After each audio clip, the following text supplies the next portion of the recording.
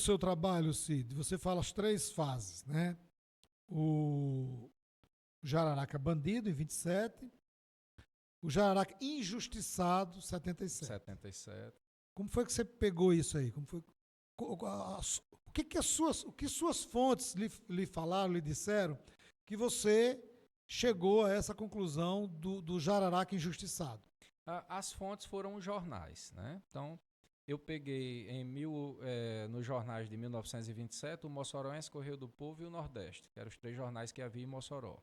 E todos eles tratavam não só Jararaca, mas todos os cangaceiros como bandidos, a ponto de os 3 mentirem sobre a morte de Jararaca, dizendo que Jararaca morreu em razão dos ferimentos da batalha, né, quando era transportado para Natal.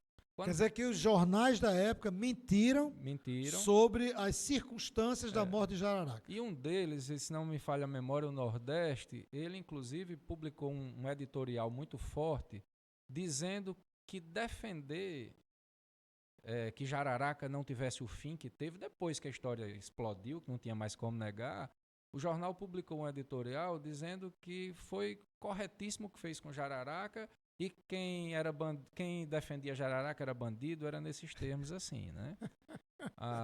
Em 1977, aí nós não tínhamos mais o Correio do Povo, mas tínhamos ainda o Mossoroense, que foi quem fez uma cobertura mais expressiva em 27.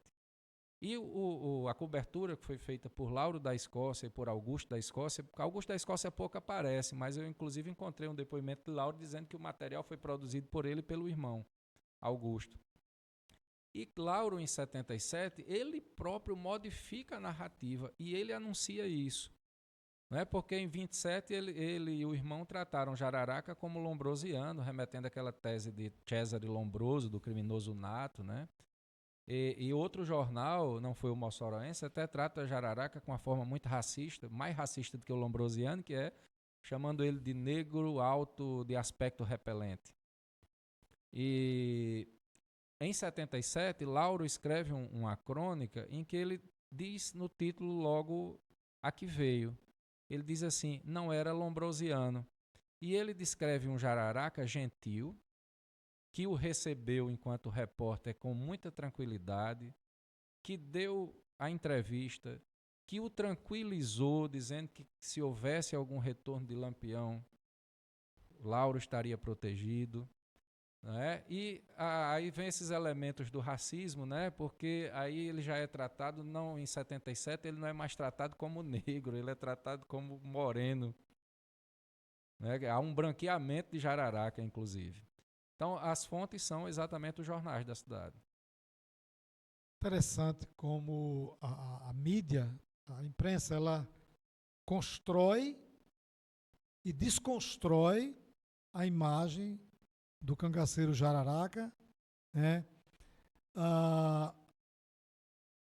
Você discute canonização. Eu uso a expressão entre aspas, né? Como é que a gente pode entender, a partir do seu trabalho, esse caráter de canonização? Marcílio tratou aqui essa temática, mas com viés, até porque a proposta de trabalho dele era outra, não tem nenhuma relação direta com a sua proposta, mas eu achei interessante que você usa aqui no seu trabalho o termo canonização.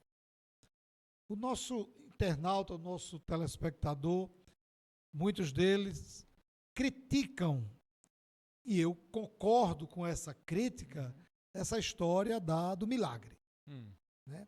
Mas quando a gente visita o cemitério, eu acredito que você tenha ido lá várias vezes. Muitos anos eu acompanhei, documentei. Pois é. Como foi essa sua experiência com essas pessoas que frequentam o túmulo e como você enxergou e continua enxergando o comportamento dessas pessoas em relação a Jararaca? Eu usei a expressão canonização num termo popular, inclusive eu explico isso, né, que estou usando aquela expressão, embora não haja, logicamente, uma canonização, um reconhecimento da Igreja Católica de milagres atribuídos a Jararaca. Ele é um santo, vamos dizer assim, popular. Eu visitei durante vários anos o túmulo de Jararaca no dia de finados, às vezes fora do dia de finados, sempre tendo a curiosidade de abordar as pessoas e perguntar por que elas estavam ali, principalmente as pessoas que estavam acendendo velas. E eu encontrei vários depoimentos que se adequam perfeitamente ao que Marcílio diz na obra dele. Não é? Que muitas pessoas estavam ali não para pedir bênçãos ou pedir milagres, estavam ali para rezar pela alma de Jararaca. Mas um contingente bem grande também estava ali para agradecer por graças alcançadas, né, que narram episódios em que Jararaca teria intercedido. Tudo bem. Mas eu tenho uma visão mais pragmática disso. Eu acho que Jararaca virou o que virou na memória de Mossoró pela forma como ele foi morto e pela forma como a mídia tratou isso. O próprio silêncio inicial da mídia em relação a isso cria uma série de debates públicos. O silêncio diante de um fato, ele favorece o boato, ele favorece versões diversas. Então, muita coisa surgiu em relação a Jararaca. A mais comum, que nós sabemos, é que ele foi enterrado vivo. Ele estava ferido, foi jogado na sepultura e foi coberto de areia enquanto estava vivo, o que é pouco provável ter acontecido. Mas isso, aí eu faço a interação com Vigiar e Punir de Michel Foucault, em que ele traz relatos da Idade Média, de outros tempos, em que o excesso da punição transformou o bandido em herói e até em santo. Tem histórias de Jararaca, mas também essa mesma história tem em relação a outros cangaceiros. Sim. E em outros estados do Brasil. Vou citar um fato, né? Jogar a criança para cima, o bebê, e aparar na ponta do punhal. Você se deparou na sua pesquisa com outras situações e onde, como é que você vê esse discurso, essa narrativa sobre esse fato em torno de Jararaca ou até mesmo em torno de outro cangaceiro? Olha, em torno de cangaceiro, eu acho que eu não peguei muita coisa, não. Mas eu posso lhe citar um exemplo aqui do Rio Grande do Norte mesmo, em Natal, Baracho, que era um bandido perigoso e que teria morrido de sede no cárcere.